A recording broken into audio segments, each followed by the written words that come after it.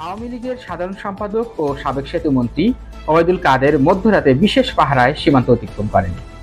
ছাত্র জনতার অভ্যুত্থানে শেখ হাসিনা সরকার পতনের পর জনরোষ থেকে বাঁচতে এবং গ্রেপ্তার এড়াতে আত্মগোপনে চলে যাচ্ছেন বিগত আওয়ামী লীগ সরকারের মন্ত্রী, সংসদ সদস্য, দলটির বিভিন্ন পর্যায়ের নেতাকর্মী সহ পুলিশের বেশ কয়েকজন ঊর্ধ্বতন কর্মকর্তা। এরই মধ্যে অনেকে গোপনে সীমান্ত পাড়ি দিয়ে দেশ ছেড়েছেন। দালাল ও ইমিগ্রেশনকে ম্যানেজ করে পালাতে গিয়ে প্রতারণার শিকার কেউ কেউ গ্রেপ্তারও হচ্ছেন।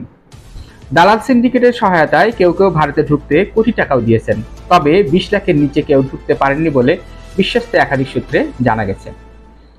কয়েকজন সাবেক মন্ত্রী ছাড়াও অধিকাংশ ব্যক্তি দেশ ছাড়ার জন্য ভারত সীমান্ত বেছে নিয়েছেন। দেশটাকের জন্য তারা যশোর, ব্রাহ্মণবাড়িয়া, কুমিল্লা, হবিগঞ্জ, সিলেট, দিনাজপুরের ও পঞ্চগড়ের বাংলাবান্ধা সীমান্ত ব্যবহার করেছেন। তাদের পারাপারের কাজে বিভিন্ন সীমান্তে গড়ে উঠেছে একাধিক চক্র। এ চক্রের সদস্যরা প্রভাবশালীদের পার করে দিয়ে বিপুল অঙ্কের টাকা হাতিয়ে নিচ্ছে বলে এক বা একাধিক সূত্রে জানা গিয়েছে।